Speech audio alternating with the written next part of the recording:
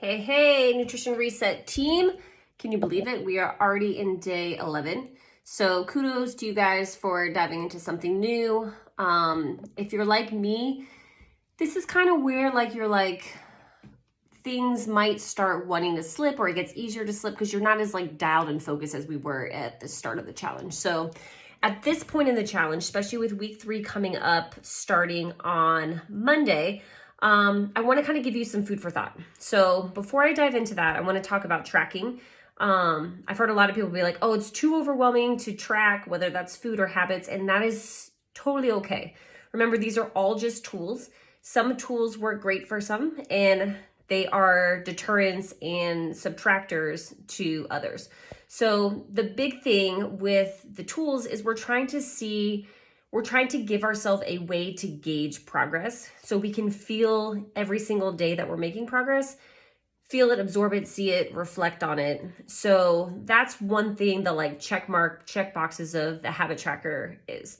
For me, I'm really struggling going on my phone and doing it. So I printed it out, I believe. Nope, didn't print on the printer again, but I printed it out. So I'm just going to hang it on my fridge. Whether I actually check the boxes daily or I go through every other day or weekly, I think having it on my fridge will help remind me of my intentions every single time I go to make a meal or whatnot. So that's how I'm doing it. Some people, just tracking in general doesn't work, whether it's tracking food or tracking habits. So I want you to make sure you can answer this to yourself. Maybe you just try once a day at the end of the day before you go to bed. How do I feel about my nutrition in relation to the intentions I set going in? So if my intentions were to eat more protein, then how do I feel in relation to eating more protein? Whether it's just every meal, I'm just trying to make them a little bit bigger, or I'm actually measuring them, weighing it out, that kind of thing. You could have had pizza for breakfast and a donut, but we're working on protein. So we have to try to just narrow it in. And how do I feel about the thing I have my intentions focused on? So that's really what we're trying to do with the tools. All right, so the other thing with week 3 is going to be, there's kind of, from my understanding, about 3 scenarios that are happening right now.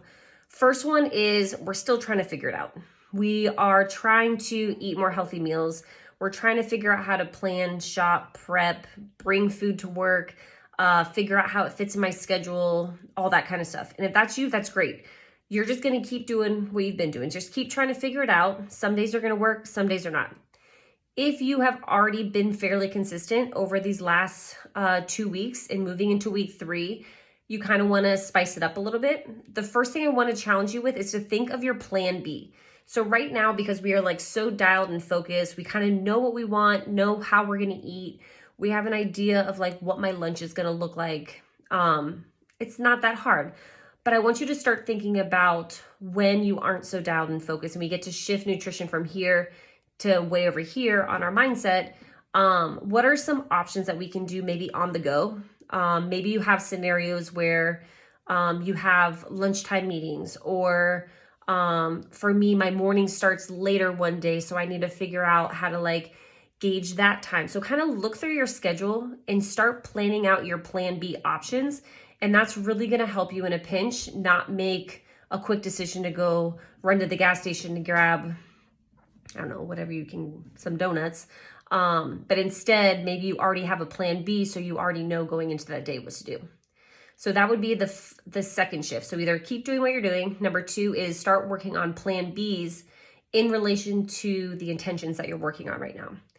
Option 3 is going to be okay, I feel like I've nailed, say I'm working on protein, nailed my protein. I've been fairly consistent. I don't have that much variability in my schedule. So I feel like this is doable, and I feel like I at least have a plan B should shit hit the fan one day. So the next option is going to be shift again. So maybe we were focusing on overall protein, but now maybe we can start, see if we can hold that while focusing on sugar or sleep or water or whatever that other thing is. Maybe you're going to add that next shift, that next 1% for the next 2 weeks to see if you can build on that. If it feels like too much, you're going to drop the second intention down and just stick with the one you already have. But by doing that, you're going to keep kind of moving that needle a little farther and a little farther. So we're only on day 11, but day 11 is a big deal. We've already made it through a full week, a weekend, which if you're anything like me, that's the hardest because it's the most unreliable and social time. And so we're going to be moving into more of those, trying to get stronger with our habits, stronger with our intentions, while still leaving room for life. That is the end goal. At the end of this, we still want to go to a picnic. We still want to go out to dinner with our friends. But if we're going to go out to dinner with our friends on Friday, maybe that means Monday through Thursday, I am going to try to like tighten it up and really be on point. So that way I don't have to think about it. I can have, for me, a margarita and some tacos on Friday night without second guessing anything, tracking anything, logging anything on my phone. All right. So at the end of the day, that's what our goal is. So get excited. Let's ramp up for week 3 coming up. This gives you the weekend to think about it, plan, shop, prep if you need to. I'm here. Ask me any questions you have. And I'm excited to dive into this with y'all.